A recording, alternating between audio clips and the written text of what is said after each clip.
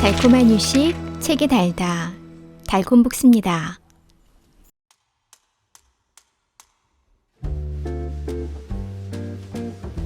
말투 하나에 인생이 달려있다 해도 과언이 아닐 정도로 중요한 순간에 결정적인 역할을 하는 것이 말투입니다. 말투 하나로 존경을 표하기도 하고, 말투 하나로 무시받았다고 분해하기도 하고, 말투 하나로 사랑에 빠지기도 합니다. 말투 하나에 인생이 달려있다면 말투를 쉽게 바꿔버릴 만도 한데요. 지금까지 살아온 삶이 말투에 고스란히 나타나기에 하루아침에 말투를 바꿀 수 없는 게 현실입니다. 일본의 베스트셀러 심리학자인 나이토 요시히토는 말투 하나 바꿨을 뿐인데 라는 책에서 40가지 심리기술을 활용한 말투의 심리학을 소개합니다. 책을 한번 읽는 것만으로 말투를 바꾸지는 못할지라도 중요한 순간에 적용할 수 있는 지혜를 얻을 수 있습니다. 말투 하나 바꿨을 뿐인데 내 인생이 바뀌었다라고 말하는 사람들 중에 그 한 명이 바로 여러분이 되기를 응원합니다. 그럼 구체적으로 저자가 말하는 말투의 심리학 속으로 들어가 보도록 하겠습니다. 첫 번째, 상대방의 성격은 내가 규정한다. 라벨 효과. 넌 마음이 굉장히 넓구나. 당신은 누구에게나 친절하군요. 이런 라벨을 상대방에게 붙여주면 상대방도 마음이 넓어지고 친절하게 행동하게 됩니다. 사람은 보통 다른 사람이 라벨을 붙여주면 그 라벨대로 행동하려고 하는데 심리학에서 이것을 라벨 효과라고 부릅니다. 잡학지식이 많아 재밌어 라는 라벨이 붙은 사람은 앞으로도 많은 잡학지식으로 재밌는 사람을 연출하려고 할 것입니다. 부모가 똑똑하다 라는 라벨을 붙여준 아이는 정말로 똑똑해집니다. 부모로부터 머리가 좋다, 똑똑하다는 라벨이 붙은 아이는 말 그대로 똑똑한 사람이 되어갑니다. 라벨 효과는 부정적인 방향으로도 작용합니다. 아주 멀쩡한 사람이라 해도 넌 쓸모없어 라는 라벨이 붙은 사람은 그 말을 듣는 동안 쓸모없는 사람이 되어갑니다. 노스웨스턴 대학교의 리처드 밀러는 시카고에 있는 공립초등학교에서 재밌는 실험을 했습니다. 몇 개의 학급에서 담임 선생님에게 부탁해 모두 깔끔하구나 라는 라벨을 학생들에게 붙이게 했습니다. 그러자 82% 이상의 아이들이 쓰레기를 보면 주워서 휴지통에 버리기 시작했습니다. 그런데 그와는 반대로 담임 선생님이 그런 라벨을 붙이지 않은 학급에서는 교실에 쓰레기가 떨어져 있어도 무시하는 아이가 많았고 쓰레기를 줍는 아이는 약 27%에 불과했다고 합니다. 친구가 이런 사람이면 좋을 텐데 라는 희망이 있다면 그런 사람이 되어달라고 설득하기보다 라벨을 잘 붙여서 그런 사람이 되도록 유도하면 됩니다. 책상을 지저분하게 해놓는 친구에게 정리정돈을 하라고 다그칠 것이 아니라 넌 정말로 깔끔해 라는 라벨을 붙이기만 하면 됩니다. 그렇게 하면 어느 순간 책상 위도 깨끗해질 것입니다. 말투의 심리학에서 라벨 효과란 당신은 무모한 사람이다 라는 라벨을 붙이면 실제로 그런 사람이 되어간다는 것입니다.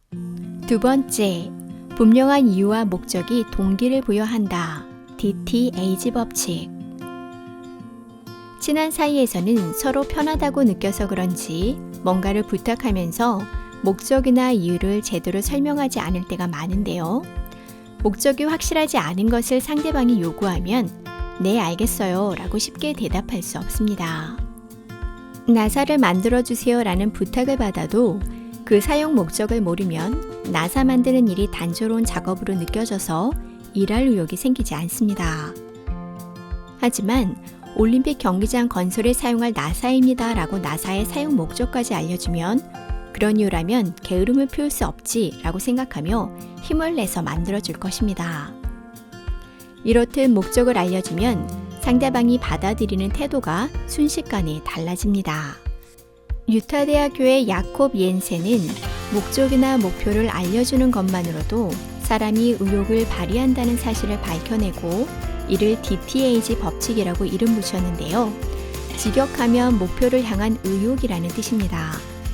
옌센의 연구에 따르면 목표 금액을 확실히 알려줘야 모금이 더 잘 된다고 합니다. 돈 2만 원만 빌려줘 라고 갑자기 말하면 친구라도 주저하게 됩니다. 하지만 오늘 좋아하는 여자와 식사하기로 했어. 만일을 위해 돈을 넉넉히 지참하고 싶어 라고 그 목적을 알려주면 친구로서 도와주고 싶다는 마음이 듭니다.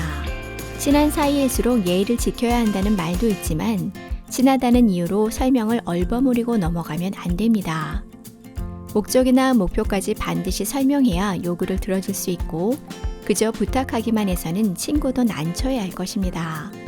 이유를 분명히 말하지 않으면 그것만으로도 어울리기 힘들다는 느낌을 주기 때문에 가까이 다가가기 힘들어집니다. 대체로 친구가 적은 사람은 부탁하는 자세가 지나칠 정도로 난폭한 경우가 많은데요. 정중한 자세로 충분히 설명하는 사람은 친구들이 좋아하며 인맥도 점점 넓어지게 됩니다. 그리고 그런 사람은 부탁할 때 목적을 분명히 설명하는데 많은 공을 들입니다. 말투의 심리학에서 DTAG 법칙이란 사람들은 대개 마음속에 친구로서 도와주고 싶은 감정을 갖고 있다는 것에서 시작합니다. 세 번째, 나를 숨기고 당신을 드러내라. 당신의 법칙. 대부분의 사람들은 외판원이나 영업사원에게 처음부터 경계하는 태도를 취하는데요. 상대방이 외판원이라는 사실을 안 순간 됐어요 라고 하면서 거절하는 사람이 많습니다. 외판원이 신용을 얻기 어려운 이유는 그들이 상품을 판매하는 행위가 자신의 이익 때문이라는 사실을 사람들이 잘 알고 있기 때문입니다. 그래서 훌륭한 외판원은 고객을 방문해서 어려운 일 있으면 언제든지 사양 말고 말씀해주세요 라는 말만 하고 절대로 뭔가를 강매하려고 하지 않습니다. 캘리포니아 대학교의 마거리 캠벨의 말에 의하면 어떻게든 강매하려고 필사적으로 판매할수록 고객은 의심해서 결과적으로 그런 사람에게는 물건을 사고 싶은 마음이 사라진다고 합니다. 상대방이 연인이라 해도 기본적인 인간 심리는 똑같습니다. 상대방의 마음을 억지로 바꾸려고 하면 고객이 외판원에게 반발하는 것 같은 똑같은 결과가 나옵니다. 당신이 좀 더 이렇게 했으면 좋겠어요 라는 말을 연인에게 해도 되지만 바꿀지 말지는 어디까지나 상대방에게 맡겨야 합니다. 상대방이 행동이나 성격을 바꾸면 내가 이득을 보는 게 아니라 상대방 본인이 이득을 본다는 사실을 이해시켜야 합니다. 당신이 행동을 바꾸든 말든 나는 상관없어. 하지만 바꾸면 반드시 당신에게 도움이 될 거야. 이런 식으로 어딜까지나 내가 아닌 상대방에게 이익이 된다는 점을 강조해야 합니다. 훌륭한 외판원은 자신의 이익보다 고객의 이익을 중요시하기 때문에 그들은 사람들에게 신뢰를 얻습니다. 연인에게서 신뢰를 받고 싶으면 훌륭한 외판원과 마찬가지로 자신의 이익보다 연인의 이익을 중시하는 자세를 보여야 합니다. 말투의 심리학에서 당신의 법칙이란 상대방을 중시하는 자세가 신뢰를 얻는 지름길이라는 것입니다. 네 번째, 긍정 프레임을 만들어주면 호감도가 올라간다. 프레이밍 법칙. 똑같은 말을 하더라도 긍정적으로 들리는 표현과 부정적으로 들리는 표현이 있습니다. 돈을 잘 쓰지 않는 사람을 가리켜 절약가라고 하면 긍정적으로 들리지만 같은 사람을 가리켜 구두쇠라고 하면 부정적으로 들립니다. 상대방을 설득할 때 최대한 긍정적으로 들리는 말을 선택해야 합니다. 그래야 상대방의 귀에도 기분 좋게 들리기 때문입니다. 네덜란드에 있는 바흐닝엄 대학교의 조너선 판 트리트라는 심리학자는 건강 증진 캠페인이라고 거짓말을 해서 사람들에게 두 종류의 문장을 읽게 했습니다. 모두 똑같은 내용을 설명하고 있지만 한쪽은 긍정적인 인상을 주는 문장으로 적혀 있었고 다른 한쪽은 부정적인 감정을 끌어내는 듯한 문장이었습니다. 예를 들어 충분히 운동하면 근력이 생기고 장수할 수 있습니다 라는 표현과 충분히 운동하지 않으면 근력이 떨어지고 일찍 죽습니다 라는 문장이었습니다. 결국 두 문장 다 건강에 주의하라고 어필하는 내용이었지만 읽는 사람은 긍정적인 표현을 사용한 문장을 받아들일 가능성이 훨씬 더 높았다고 합니다. 남을 설득할 때는 상대방에게 어떻게 들리는지 자문자답해 볼 필요가 있습니다. 최대한 상대방에게 이익이 있는 것처럼 들리고 상대방의 긍정적인 감정을 끌어낼 수 있도록 주의한다면 상대방을 잘 설득할 수 있습니다. 여자친구와 데이트를 할 때 오늘은 햇볕이 강한 데다 밖은 더우니까 우리 집에서 DVD나 보자 라고 제안하는 사람은 여자의 마음을 잘 모르는 사람입니다. 데이트를 대충 때우려는 듯한 부정적인 인상을 주기 때문입니다. 그러나 똑같이 집에서 데이트를 하자고 제안하더라도 햇볕이 강해서 내 하얀 피부가 타면 안 되니까 우리 집에서 DVD라도 보자 라고 표현하면 그녀도 순순히 받아들이지 않을까요? 무엇을 표현하든지 마음만 먹으면 얼마든지 긍정적인 표현으로 바꿀 수 있습니다.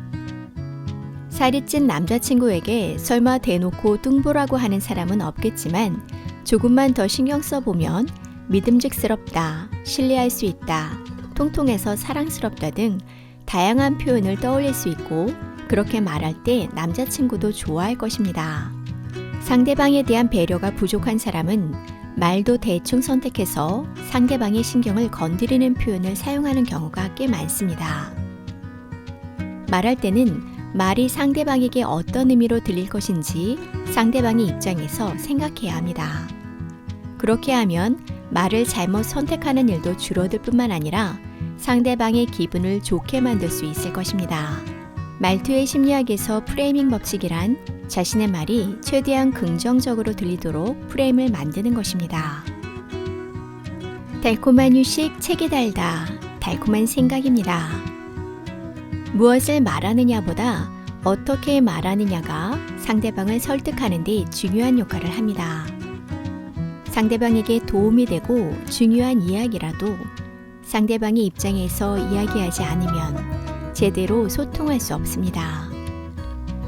일상에서 기가 죽고 감정이 상하는 가장 큰 이유도 상대방이 내 말을 제대로 들어주지 않기 때문입니다. 만약 사랑하는 사람이, 직장 상사와 동료들이, 그리고 친구와 가족들이 내 말을 긍정적으로 들어줄 뿐만 아니라 내가 원하는 행동을 해준다면 세상을 다 얻은 것처럼 참으로 기쁠 것입니다.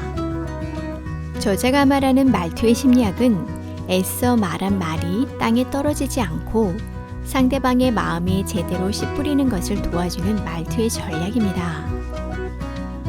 저는 4가지만 소개했지만 40가지 모두 다 읽어보고 자신의 상황에 맞게 잘 적용한다면 말투 하나 바꿨을 뿐인데 인생이 바뀌었다라고 말하는 놀라운 변화가 여러분의 삶 속에 있게 될 것입니다.